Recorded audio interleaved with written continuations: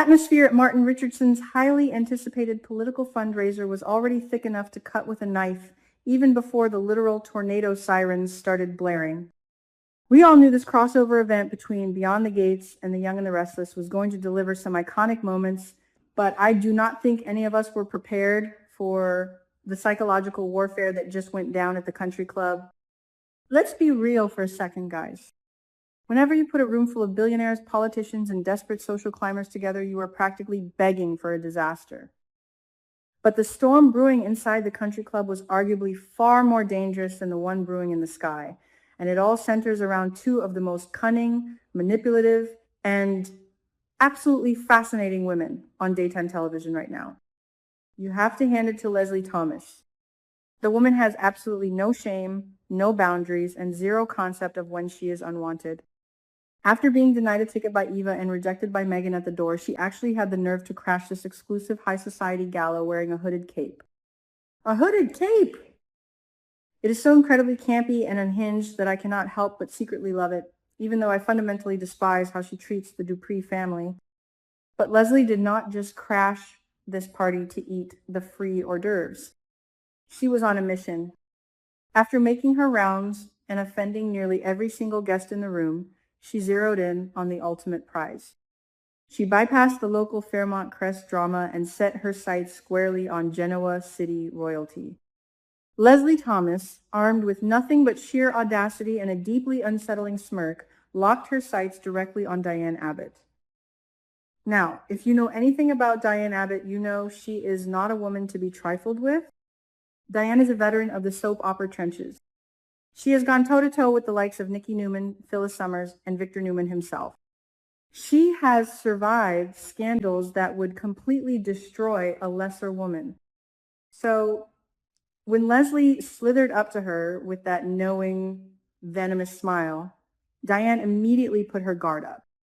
But here is the kicker. Leslie did not start with small talk. She went straight for the jugular. In a move that left me absolutely screaming at my screen, Leslie actually brought up Diane's infamous, earth-shattering fake death scandal from Genoa City. Oh yes, she went there. Can you even believe the nerve? Leslie looked Diane dead in the eye and sarcastically asked her what it felt like to literally rise from the grave and claw her way back into high society. For those who might need a quick history lesson, Diane Abbott faking her own death was one of the most traumatizing and destructive events in Genoa City history. She allowed her own son, Kyle, to mourn her for years. She let Jack Abbott grieve.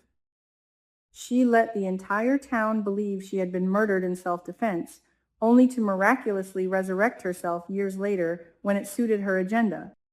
It is a deeply sensitive, highly controversial topic that Diane has spent years trying to smooth over to protect her marriage to Jack.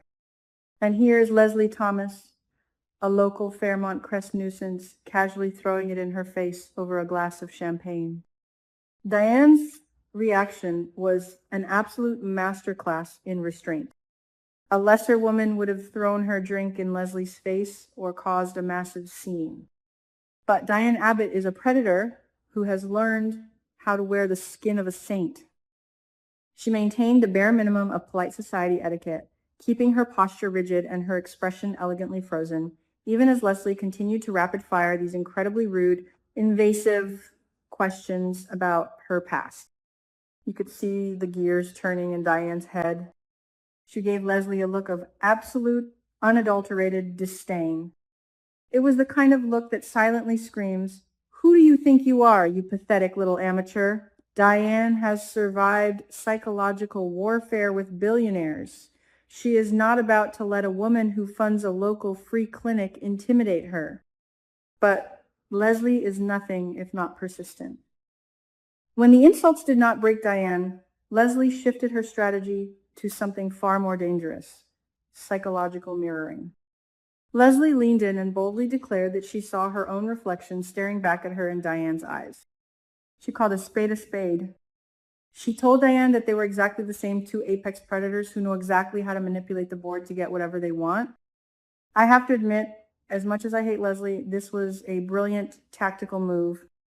She recognized that Diane is bored by morality and intrigued by power. Leslie laid her cards on the table and officially proposed a secret underground alliance. Leslie pitched her grand vision to the Genoa city matriarch. She painted a picture of a Fairmont crest ripe for the taking. She used her free clinic as a bargaining chip, a symbol of her local influence, and then she dangled the ultimate bait, the dark, hidden secrets of the Dupree family. Leslie promised that if Diane joined forces with her, they could completely dismantle the Dupree dynasty and seize ultimate power in this town. It was a villainous monologue worthy of an Emmy, and you could actually see the shift in Diane's demeanor. The sheer overconfidence of this local schemer suddenly made Diane realize that Leslie, despite her chaotic energy, might actually be a valuable asset. Diane is always looking for a useful idiot, and Leslie Thomas is practically volunteering for the job. But hold on to your seats, because this is where the plot twist completely blows the roof off the country club. While Leslie thinks she is introducing Diane to the intricate web of Fairmont Crest politics, Diane is already 10 steps ahead of her.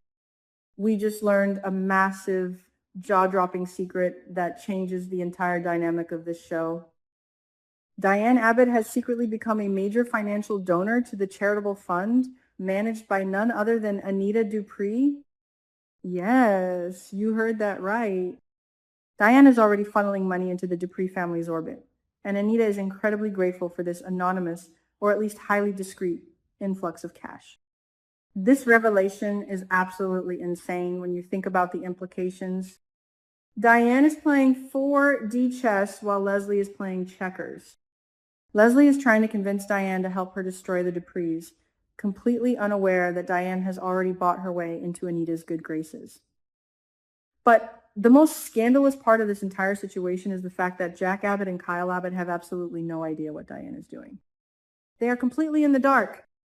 Jack thinks he is bringing his wife to a nice political fundraiser to support his son's childhood friend, Martin. He thinks they are just visiting Fairmont Crest for a weekend getaway. He has no clue that his wife is secretly moving massive amounts of capital into a local charity behind his back. This begs the ultimate question. What on earth is Diane Abbott's hidden agenda? We know that things have been incredibly tense between Jack and Diane back in Genoa City. Their marriage has been hanging by a thread, and Diane has been MIA lately. Is she preparing a backup plan? Is she secretly laundering money through Anita's charity to build a secret nest egg in case Jack finally kicks her out of the Abbott mansion? Or is she trying to buy political and social influence in Fairmont Crest so she can establish a new empire away from the judging eyes of Victor Newman and Phyllis Summers? I personally believe Diane is looking for an escape hatch. She knows her time in Genoa City might be running out, and Fairmont Crest is the perfect place to start over. And let us talk about the Abbott men for a second, because their ignorance in this situation is almost comical. While Diane is engaging in high-stakes psychological warfare with Leslie Thomas and secretly funding the Dupree matriarch, what is Kyle Abbott doing? He is busy flirting with Haley Hamilton. We literally saw Kyle hand Haley a glass of champagne, and that scheming gold digger immediately slipped off her wedding ring. Kyle has an absolute magnet for toxic, manipulative women, and he is completely distracted while his mother is plotting a hostile takeover of the town's charitable funds. The Abbott family is a beautiful, messy disaster, and I am living for every single second of it. So, where does this leave the unholy alliance between Leslie and Diane? Diane is a veteran of these kinds of games. She knows that Leslie is reckless, desperate, and overly emotional.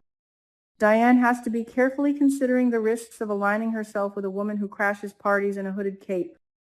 However, Diane also knows that having a local attack dog could be incredibly useful.